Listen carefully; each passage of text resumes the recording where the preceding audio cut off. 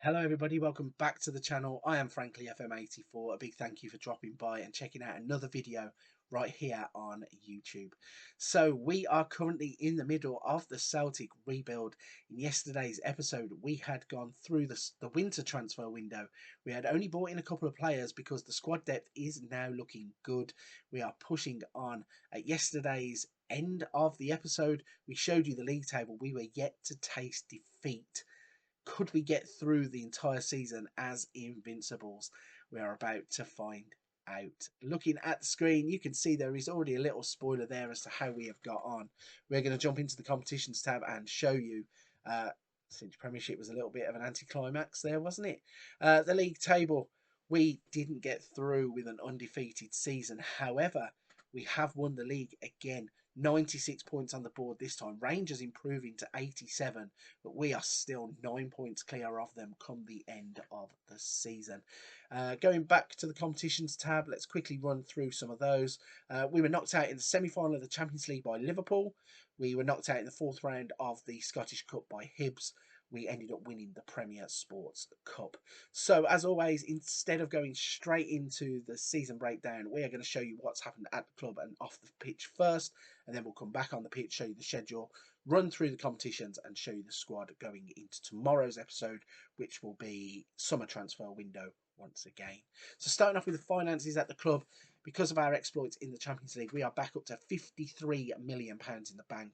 We only have a transfer budget of £9.6 million, which is not the most, but can't complain because the squad is now looking miles better than it was at the start of the rebuild.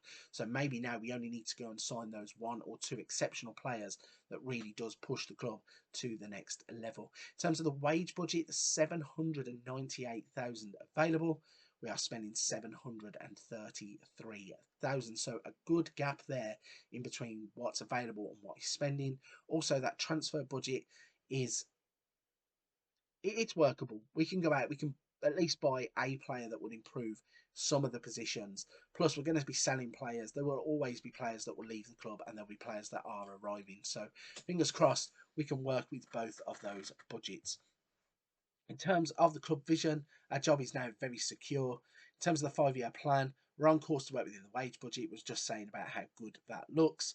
Sign players to sell for a profit, reserving judgment, but I think we're doing it because we're buying younger players who hopefully have a resale value. Spend the original transfer budget, they were delighted. Minimum 2-year contracts for first team players, they weren't judging. In terms of the next season, cinch Premiership, win the Premiership. Group stage of the Champions League as a minimum, and they want us to win a domestic cup by the end of the 24-25 season. Then our contract is up for renewal again, and they want to continue to qualify for the Champions League. So changed away from wanting to win the league, which is what I want to do every season.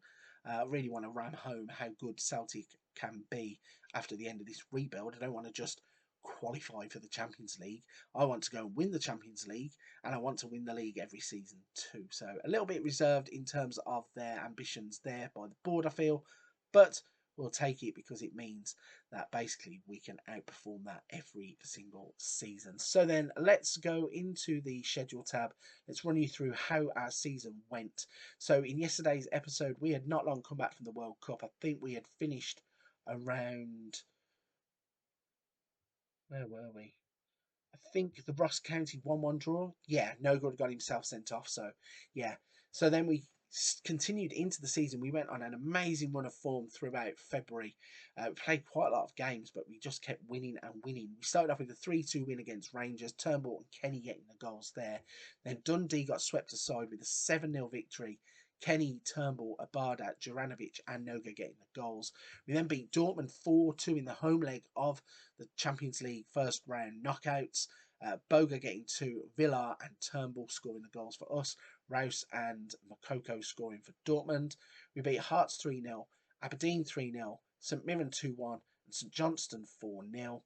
We then beat Inverness 2-1 and into March run of winning games was halted when Borussia Dortmund beat us 2-1 in Germany. But luckily for us, with a 4-2 victory in the first leg, it meant it wasn't enough to get knocked out. We progressed in extra time when Juranovic scored a penalty in the 115th minute after Abada got himself sent off.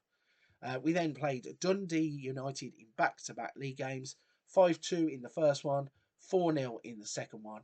We then beat Hibs 6-3 in a league game. Furuhashi got a hat-trick. Simons, Villar and Sarr scoring the goals there. Doig, Nisbet and Newell again for Hibs. We then played a mad game out in Spain in the Metropolitano, Wanda Metropolitano out in Spain. Rodrigo de Paul getting 3 for Atletico, but we got 4. Villar, Turnbull, Lazaro and Maeda getting the goals for us. We then lost to Aberdeen in the Champions League hangover before a 2-0 victory against Atletico at our home ground in Scotland. Furuhashi getting the 2 goals there, both late, 81 and 90 minutes.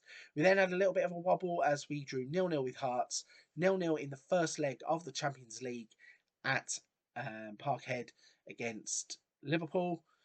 We played some decent football there. We had chances to win the game. We just couldn't put them away.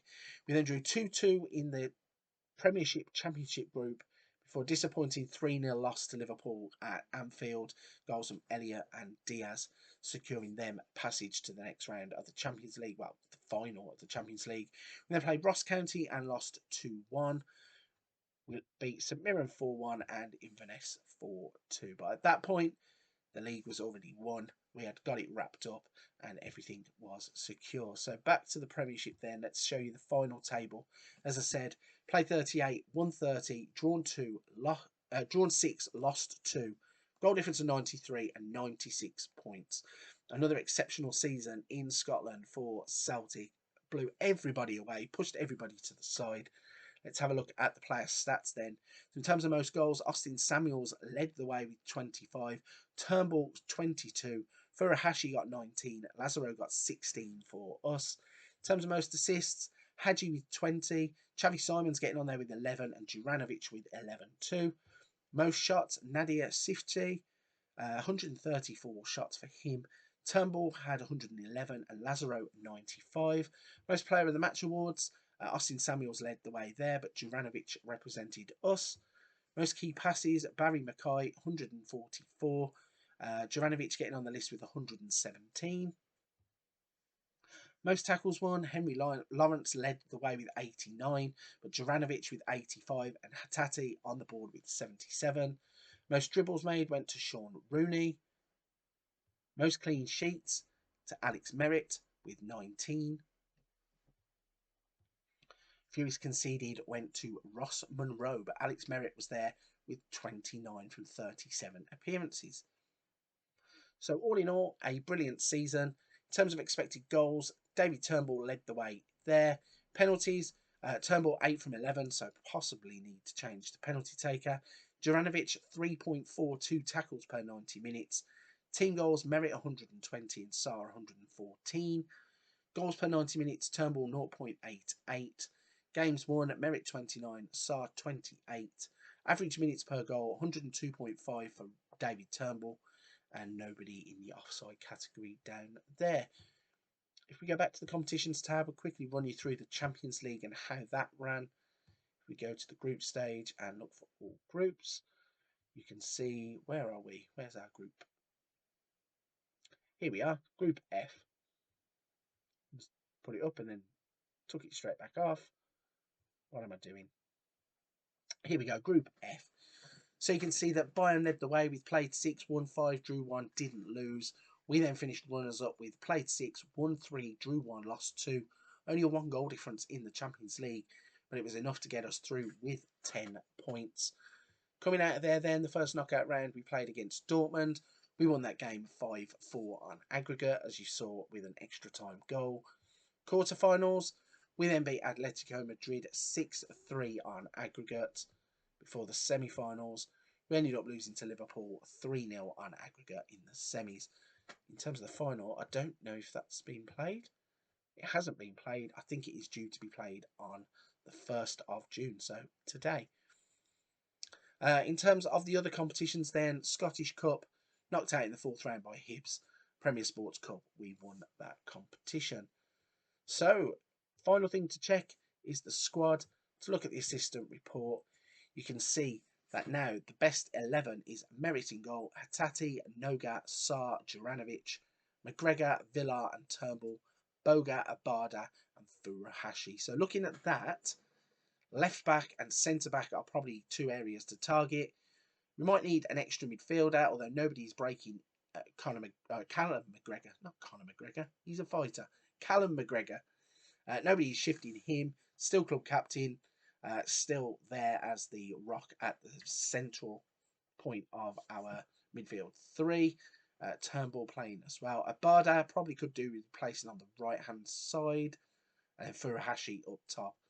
Could switch to the right and Lazaro go up top. So all in all, a decent squad. There are a few areas of improvement. £9 million in the bank means that in tomorrow's episode, when we go and spend that money, we are looking for one or two players probably to come in and plug gaps. Maybe one or two players that actually improve the team, not plug gaps, because the squad is obviously good enough to get to a semi-final of a Champions League. It's also good enough to win the league quite convincingly. So maybe it's just one or two key areas, key players that we are going to go and look for in tomorrow's episode. If you want to find out what happens, you're going to have to come back tomorrow. The easiest way to do that, firstly, if you're here and you're listening to me, please don't forget to hit the like and subscribe button. And when you hit the subscribe button, hit the notification bell, and you won't miss another episode on this save. For this one, though, I'm going to wrap it up here. Please go and check another video out on the channel. There's something for everybody on here. Wonder Kids, tactics, let's plays, everything that you could possibly need. I'm going to wrap this one here, though. I will see you on another episode soon.